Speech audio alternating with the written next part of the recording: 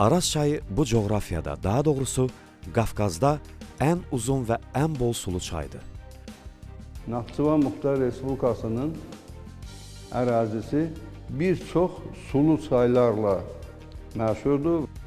Naxçıvan Muxtar Respublikası ərazisində 3 dənə tranzit çay var, Araza qovuşan. Biri Arpa çayıdır. Çay Göyçə gölünün ətəklərindən başlayır. Öz başlanğıcını qardaş Türkiyə dağlarından, Bingöl adlanan bölgənin ətəklərindən götürən Araz çayı 4 ölkənin ərazisindən axaraq Xəzər dənizinə tökülür. Kənd və qəsəbələr hamısı çayların kənarında salınır. Yəni əvvəl dediyim kimi, lap qədim zamanlarda insanlar su yaxınlığında ev tikib məskən salır. Araz çayının suyundan bölgədə yerləşən hər bir ölkə əhalisi geniş istifadə edir.